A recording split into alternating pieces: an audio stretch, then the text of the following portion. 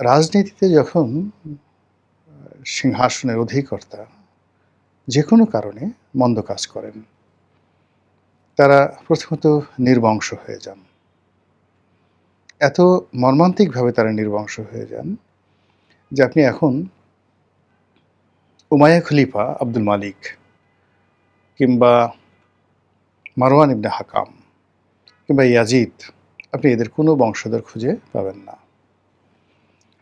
এমনকি ইরাকে গিয়ে আব্বাসীয় খেলাফতের যে প্রাণপুরুষ আবুল আব্বাস আস-সাফা, মানে ওখান থেকে যে জেনারেশনটা এসছে, তারপর খলিফা মনসুর, খলিফা মনসুরের পর খলিফা হাদি, এরপর হারুন আর রশিদ, খলিফা আল মামুন, এইভাবে প্রায় 450 বছর ধরে যে সাম্রাজ্যটি মধ্যপ্রাচ্য, উত্তর আফ্রিকা এবং ইউরোপের কিছু অংশ সাইপ্রাস সহ সেখানে তারা রাজত্ব করেছেন, তাদের বংশধর খুঁজে পাবেন না।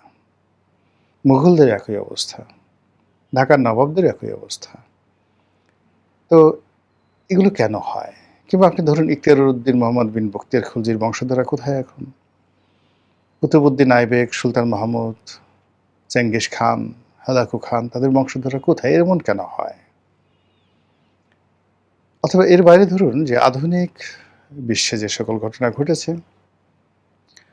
বিশেষ করে ফ্রান্সের বিপ্লবের পর লুই ফ্যামিলি, রোমানিয়ার নিকোলাই চাউসেস্কু, তারপর ফিলিপিন্সের মার্কোস পরিবার, মানে এই পরিবারগুলো কেন নির্বংশ হয়ে যাচ্ছে বা নির্বংশ হয়ে গেল? বাংলাদেশে আমি কারো নাম বললাম না, কারো নাম বলবো না, কিন্তু আপনারা বুঝতে পারবেন।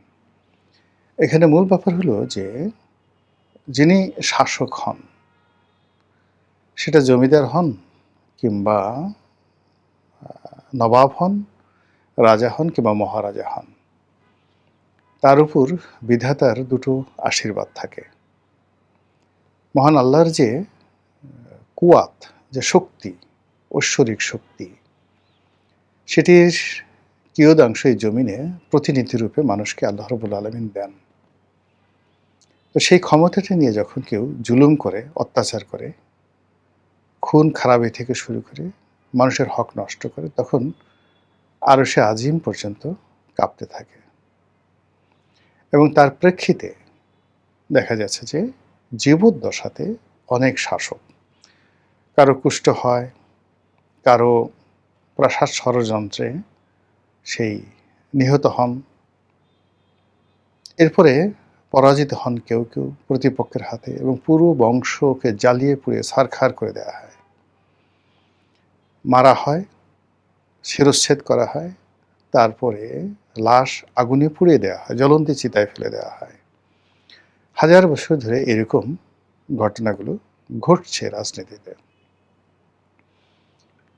এবং অবাক করার ব্যাপার হলো যে এটা, মানে ধরুন মিস্টার এক্স, এখন মিস্টার এক্স খুব অপকর্ম করেছে, 10-12টা পোলাপান ঠোলাপান নিয়ে তার নিজের ছেলে মেয়ে বউ সৌ সব মিলিয়ে অপকর্ম করেছে। এখন সবাই মারা গেছেন, মানে তাদেরকে মেরে ফেলা হয়েছে বা তারা লাঞ্ছিত অপমানিত হয়ে শেষ হয়ে গেছেন। এখন ধরুন সেই মিস্টার এক্সের একজন বংশধর আছে, ওয়াই। এখন সেই ওয়াইয়ের উপরেও দেখা যাচ্ছে যে সেই আযাবের ফেরেশতা, গজবের ফেরেশতা, মৃত্যুর ফেরেশতা, এগুলো সব রেকি করতে থাকে। এবং ওই লোকটিকে দুনিয়া থেকে বিতাড়ন না করা পর্যন্ত কখনো এই প্রকৃতির কর্ম থেমে থাকে না। এবং যখন আপনাকে নিয়তি ডাক দেয়, তখন আপনি ধরুন বেহেশতের মতোই মক্কা শরীফে ছিলেন, নামাজ কালাম সারা জীবন অন্যায় করেছেন, খুব কান্নাকাটি করছেন, কিন্তু আপনার দোয়া কবুল হচ্ছে না। ফলে আপনাকে ছলে বলে কৌশলে আপনার কর্মক্ষেত্রে নিয়ে আসা হলো, এনে সেই নিয়তির সেই যে অমোঘ বিচার, সেই বিচারে আপনাকে হয়তো ফাঁসিতে টানানো হলো, হয়তো আপনাকে মেরে ফেলা হলো, হয়তো আপনি দেশে এসে নির্মমভাবে আপনি আপনার যে শেষ স্মৃতিচিহ্নটুকু পৃথিবীর বুক থেকে নিজের হাতে মুছে দিলেন। এরকম হাজার হাজার ঘটনা রাজনীতিতে, সিংহাসনে অহরহ ঘটছে সারা দুনিয়াতে।